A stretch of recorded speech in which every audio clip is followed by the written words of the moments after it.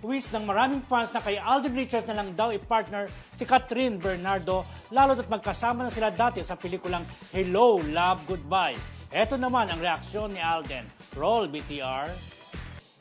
Pareho naman kayong single. Reto ka daw kay Catherine. Wala siya nasagot. Oo, ako po, parang respeto ko na lang po sa kanilang dalawa if I just keep quiet po with this issue. Pero tingnan na lang po natin kung ano magiging turn out. Pero sa ngayon, parang they deserve the space that they have, they need to go to. And si Kat naman po and I are good friends.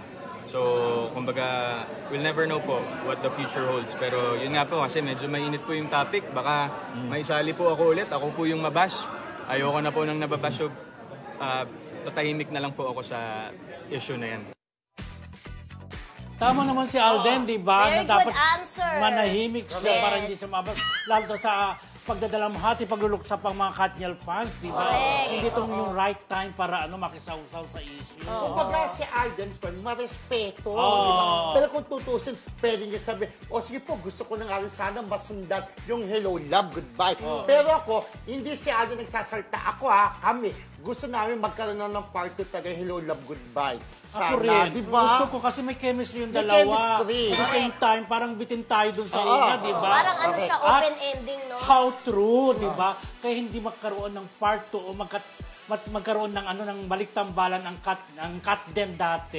Dahil kay Daniel Padilla. Di umano Di umano, how true, di ba? Na parang ang sabi po, gusto nang magkaroon ng part 2, pero di umano ay hindi pumapayag si Daniel. How yung true, po how true.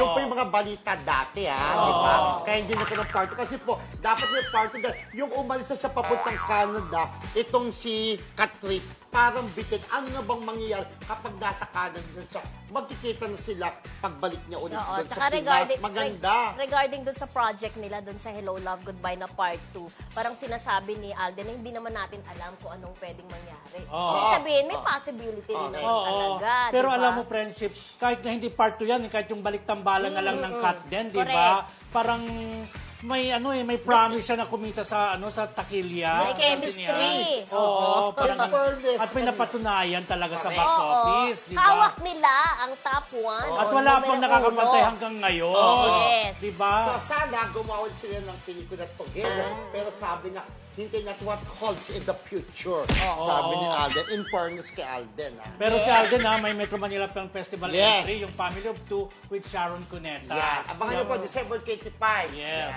Yes, nabalitaan din natin na kahapon na mag-guest